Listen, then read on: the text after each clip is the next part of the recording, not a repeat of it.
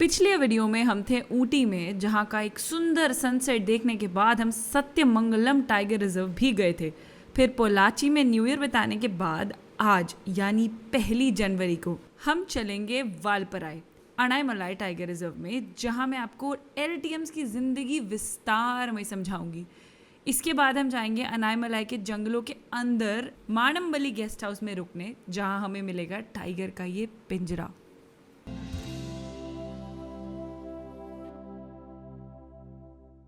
आज फिर से अपना सफ़र रिज्यूम करने का वक्त था। पोलाची से निकले वालपराई के लिए, जो कोयम्बटूर डिस्ट्रिक्ट में बना एक हिल स्टेशन है और अनामलाई टाइगर रिजर्व का छोटा सा हिस्सा है। सो टाइम आ गया अनामलाई टाइगर रिजर्व एंटर करने का, और वालपराई जो है वो अनामलाई टाइगर रिजर्व का ही पार्ट है। वालपराई यहाँ से करीब 1 घंटा दूर है, but while you are on the road आपको यहाँ पे एक एंट्री टिकट लेनी पड़ेगी। और एंट्री टिकट के ऑफिस में हम जा रहे हैं अभी टिकट लेने के लिए, क्योंकि टाइगर रिजर्व का पार्ट है इसलिए आप ऐसे एंटर नहीं कर सकते। और पूरे डिटेल्स आई थिंक ये वाला हाईवे बंद हो जाता होगा एक वक्त के बाद, क्योंकि ये टाइगर रिजर्व का पार्ट है। टिकट लेते हैं। पोलाची से वालपराई बस 2 घंटा दूर है और रास्ता बहुत ही ज़्यादा सुंदर है।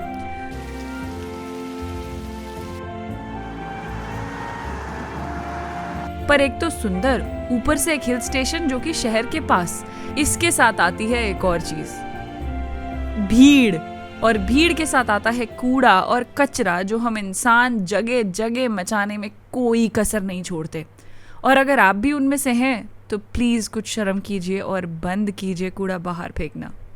ऐसी जगहों पर, स्पेशली हिल स्टेशन और जंगल के पास, कूड़े को प्रोसेस करने की आज सच कोई टेक्नोलॉजी नहीं होती है, और वो कूड़ा अक्सर वहीं पड़ा रहता है, या फिर महीने में एक बार अगर गलती से कभी कोई कूड़ा कलेक्शन गाड़ी आ जाए तो उसको लेकर शहर चली जाती है। पोलाची से वालपराई का रास्ता बहुत सुंदर है। अभी हम हाईवे पे हैं। टाइगर रिजर्व एंटर कर चुके हैं टेक्निकली, बिकॉज वो टाइगर रिजर्व ही था।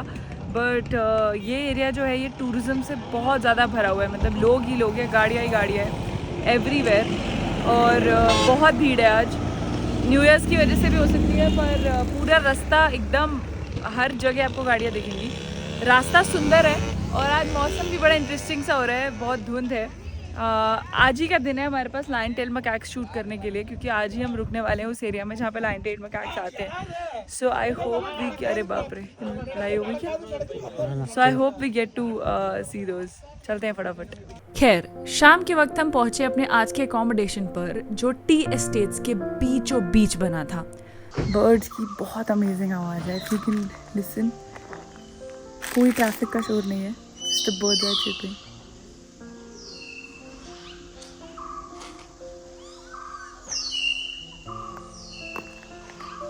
Done with our lunch. भूख लगी हुई थी बहुत, और फिर एक बढ़िया लेमन चीज़ केक खाया। अब नीचे जा रहे हैं LTMs को देखने के लिए। इधर आते हैं इस एरिया में, अभी आए थे, मुझे बताया जा रहा है, जो स्टाफ है यहाँ के वो बता रहे हैं, और 3 बजे के करीब यहाँ से चले गए हैं। बोल रहे हैं कि रोड पे आते हैं। मैंने पहले कभी LTMs नहीं देखे हैं, so I am really excited. And कुछ बढ़िया शॉट्स लेते हैं उनके चल के। यहाँ से आई थिंक कोई हमारे को ज्वाइन करेंगे जो हमें थोड़ा हेल्प करेंगे लोकेशन समझने में। बाय द टाइम संकेत कुछ एडिट करके रखेगा। क्या एडिट करेगा कैमरा पे बता।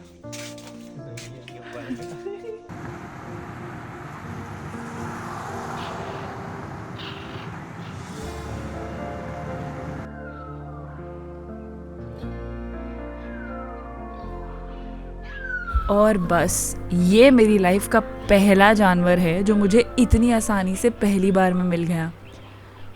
So we got the LTMs finally, lion tailed macaques. सामने बैठा है, बहुत क्लोज बैठा है और बहुत पेशेंटली बैठा है। खा रहा है, फ्रूट पे फीड कर रहा है। फ्रूटिंग ट्री है, उसकी बेरीज और फ्रूट्स को पकड़ के खा रहा है। And there is a baby also which is playing, पर वो बहुत झाड़ों के अंदर है। पेश है आपके लिए लाइन टेल्ड मकैक्स, LTMs। एंडेंजर्ड समझते हैं आप? एंडेंजर्ड का मतलब है कि इन स्पीशीज़ की एग्जिस्टेंस इस हद तक रिस्क पर है कि शायद आपके आगे आने वाली 2 जनरेशन्स इन्हें बस फोटो में ही देख पाएंगी। और इसके कई कारणों में से एक है हैबिटेट डिस्ट्रक्शन, जो आजकल हर एंडेंजर्ड जानवर को एक्सटिंक्शन की ओर बढ़ा रहा है।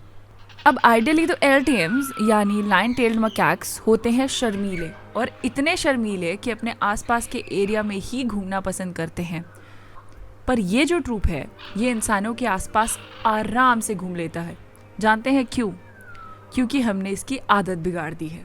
ये ट्रूप अब ह्यूमन फूड पर फीड करने लगा है। सो ये वो एरिया है, यहाँ पे रोड पे मकैक्स आते रहते हैं, लाइन टेल मकैक्स आते हैं, यहाँ पे आपको मिलते हैं। कुछ एरिया पे मैंने यहाँ पे शूट किए, कुछ अच्छे फुटेजेस हमको मिले। और उसके बाद फिर सारे के सारे एक ट्रूप था पूरा 20-25 मकैक्स का होगा, और वो यहाँ से पीछे ऊपर को चढ़ के जंगल की तरफ चले गए। अब they are out of reach, so we can't really follow them, we can't really pursue them. अब हमें उनके शॉट्स नहीं मिलेंगे। तो आज के लिए इतना ही था। इसके बाद वापस चलते हैं, और आज एक लंबा वीडियो भी अपलोड होना है, तो उसको देखते चल के ज़रा। ये पॉन्ड हेरॉन कब से यहाँ पे कुछ ना कुछ खा रहा है। चलो चलें वापस। खैर, कुछ बातें कल के लिए बचा लेते हैं और वापस चलते हैं होटल में। सामान वामान रखते हैं क्योंकि जल्दबाजी में हमने चेक इन भी नहीं किया। Okay, so all set. सारा सामान आज हम नहीं उतार रहे हैं, हम उतार रहे हैं मेन सामान, क्योंकि कल हमें जाना है एक और जगह, दैट इज़ महानबली गेस्ट हाउस। और वो फॉरेस्ट डिपार्टमेंट का गेस्ट हाउस है, वालपरा एरिया में ही है, जंगल के अंदर है। तो जैसे अपना ढिकाला है वैसे ही वो 50-60 किलोमीटर जंगल के अंदर है। पूरी इन्फॉर्मेशन अभी मेरे पास नहीं है, बुक कर दिया है मैंने। पूरी इन्फॉर्मेशन हम लेंगे सुबह जब यहाँ से निकलेंगे। बट यहाँ से घंटा भर दूर होगा, तो कल टाइम से निकलना पड़ेगा सुबह सुबह मकैक्स शूट करने के बाद।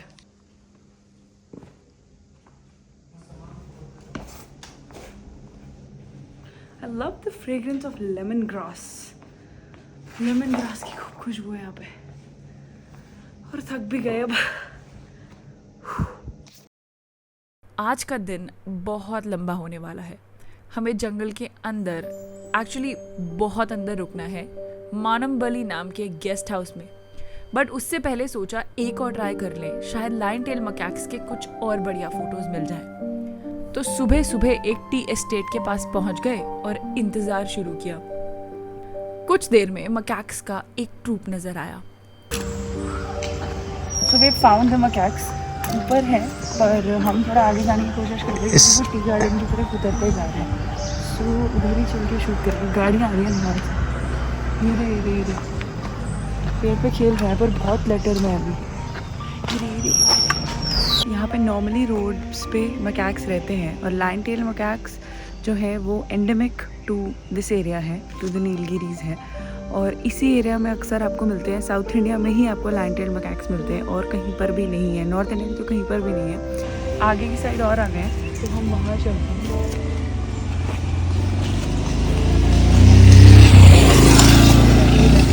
थोड़ा पीछे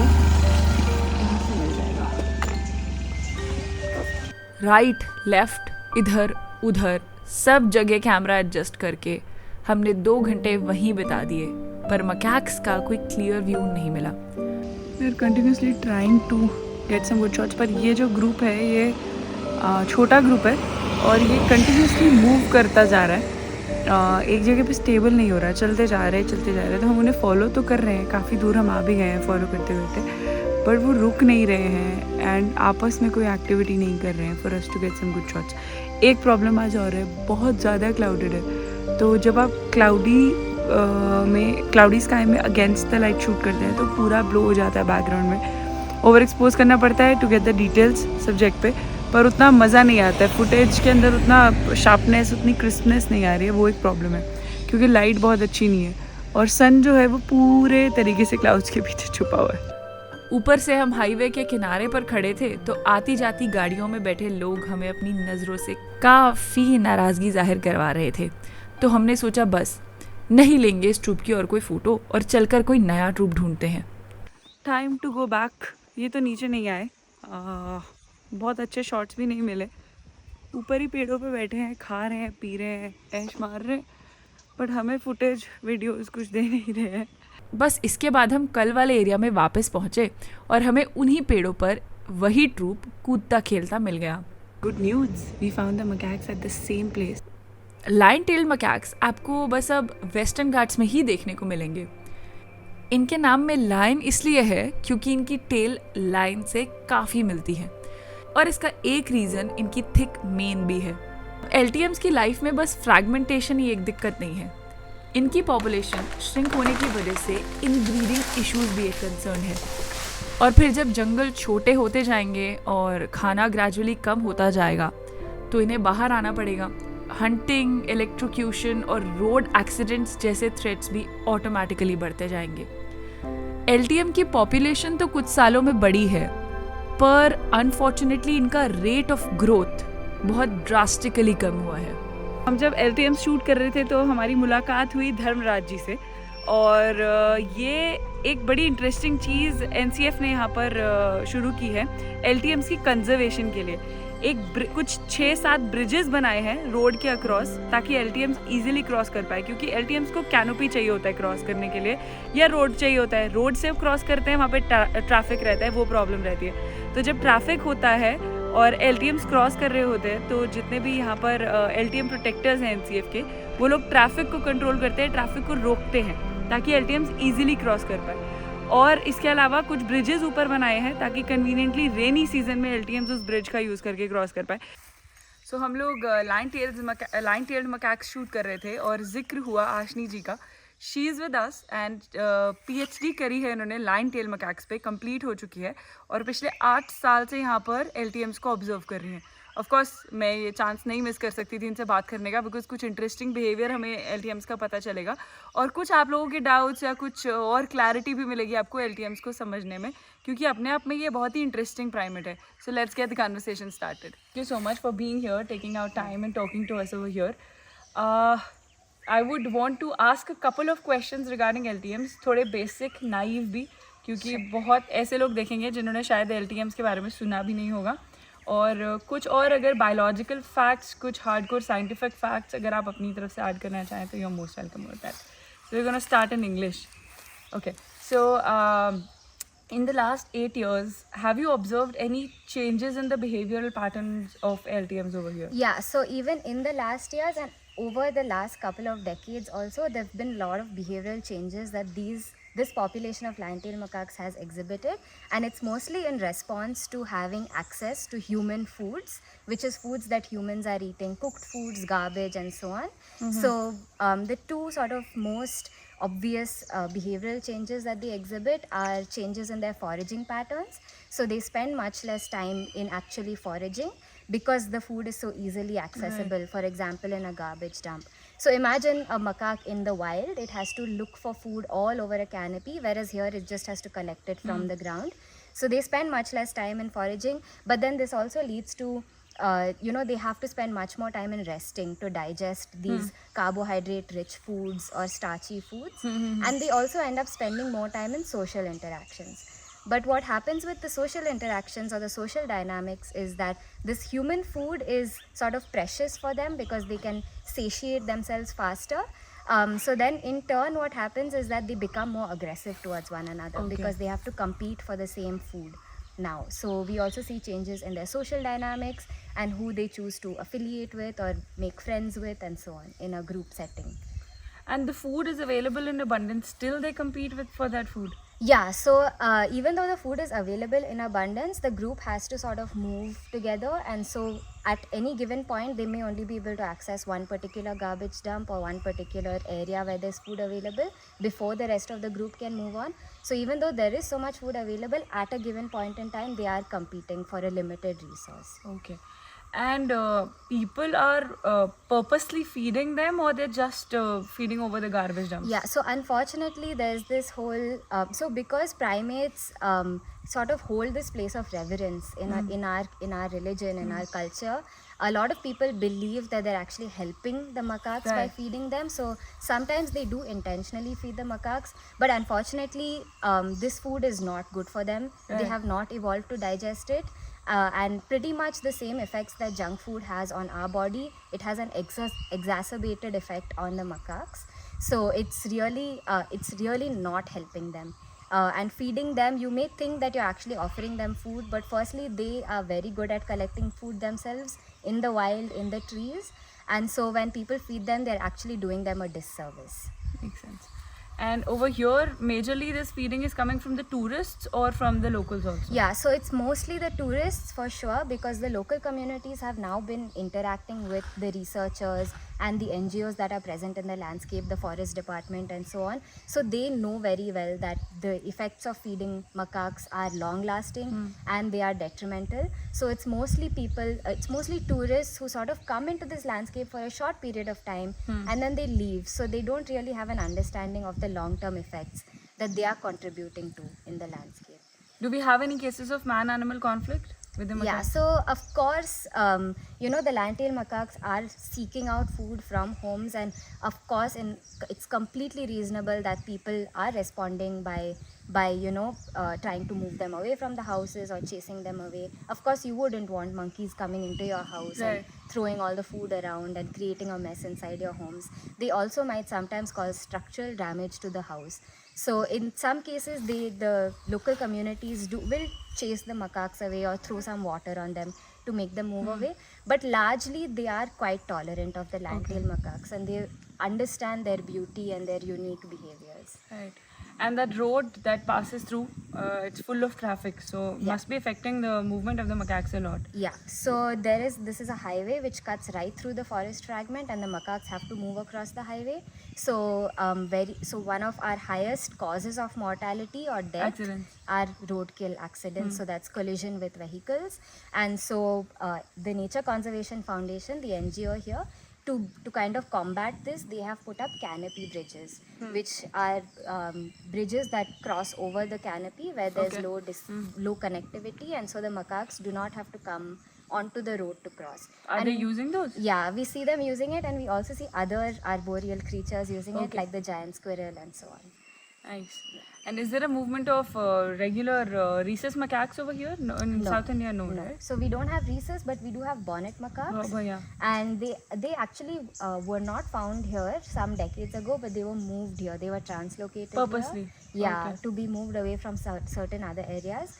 But now what we're seeing is that the bonnets are moving back into the forest fragment.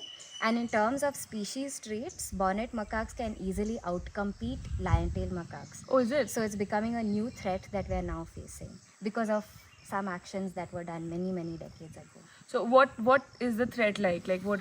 Give me some So details. yeah, so for example, the bonnet macaques, they reproduce once every 9 months or so, whereas the lion-tail macaque reproduces once every 3 years. Oh, okay. So firstly, the bonnets reproduce faster. Secondly, the social system of bonnet macaques is in any group, there will be multiple females and multiple males. And the males, they communicate amongst each other even in their own foraging or when they're, competing with other groups. Whereas in lion-tail macaques, it's a single male and a group of females. Okay, there's just one alpha male. Only is it? one alpha male and a group of females. Oh, only one male or only one alpha? Only one male. Okay, in all. In Okay. all, and he's the alpha, and then there's a group of females, and so there aren't that many males to sort of coordinate. Even though here in the groups we do have multiple males, they are sort of outnumbered by females. The ratio is quite low, but also the males can't communicate with one another. They have not evolved to live in the same group.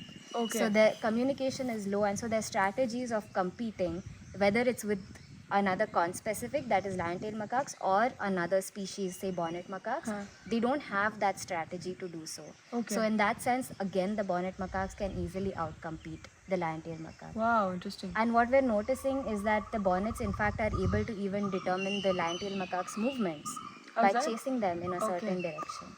Okay. So yeah, so So that's a new... have you ever encountered a conflict, a male bonnet and a male Yeah, lion-tail? so there's a group of bonnet macaques that's actually joined a group of lion-tail macaques, perhaps because the lion-tail macaques are tracking the resources in the forest. That might be one explanation. Okay. But they do follow the group of lion-tail macaques, but the lion-tail macaques completely avoid them. They don't approach them at all. They in fact avoid and move away, and the bonnets can easily sort of chase them to move forward or to move in a particular direction. फिर वक्त आया जाने का Anamalai tiger reserve के अंदर, पर उससे पहले हमें लेनी थी सब्जी, क्योंकि जंगल के अंदर कुछ नहीं मिलने वाला था. प्याज दे दो, 4 प्याज.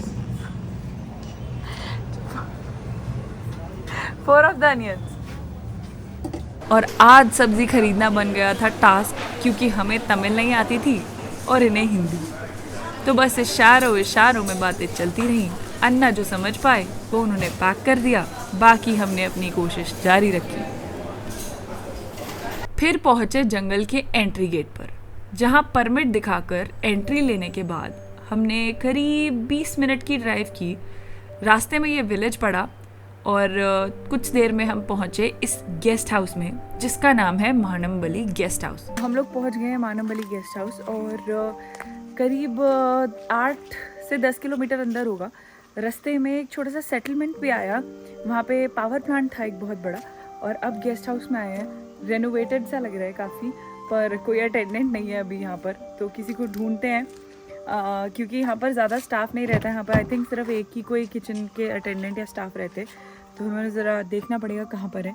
पर लोकेशन बहुत सुंदर है, सामने एक छोटी सी रिवर है और ट्रैफिक की आवाज़ से बिल्कुल दूर सिर्फ बर्ड्स की आवाज़ आ रही है। आते ही एक किंगफिशर भी मिल गया। गेट पर ताला था और अंदर कोई नहीं था, तो काफ़ी देर तो अन्ना को पुकारने का सिलसिला चलता रहा। फिर बड़ी देर बाद ये अन्ना अपने कमरे से निकले और हमसे मिले। फाइनली गेट खुला और हमने सामान रखा। अंदर के रूम्स का हाल बढ़िया था और फिर अन्ना से जानकारी मिली कि इस गेस्ट हाउस में आप आकर रुक तो सकते हैं, यहाँ कोई सफारी नहीं होती। तो बस रुकने का प्लान कैंसिल करके वापस बाहर आए और वालपराई की मेन सिटी में ही एक होटल ढूंढ लिया। अब अगले वीडियो में आपको लेके चलूंगी एक नए टाइगर रिजर्व परम्बिकुलम में, जहां हम फिर से एक बार जंगल के बहुत बहुत अंदर रुकेंगे, वीतिकुनु आइलैंड नेस्ट में, जिसकी डोरमेट्री में इंसान कम और चूहे ज्यादा मिलते हैं।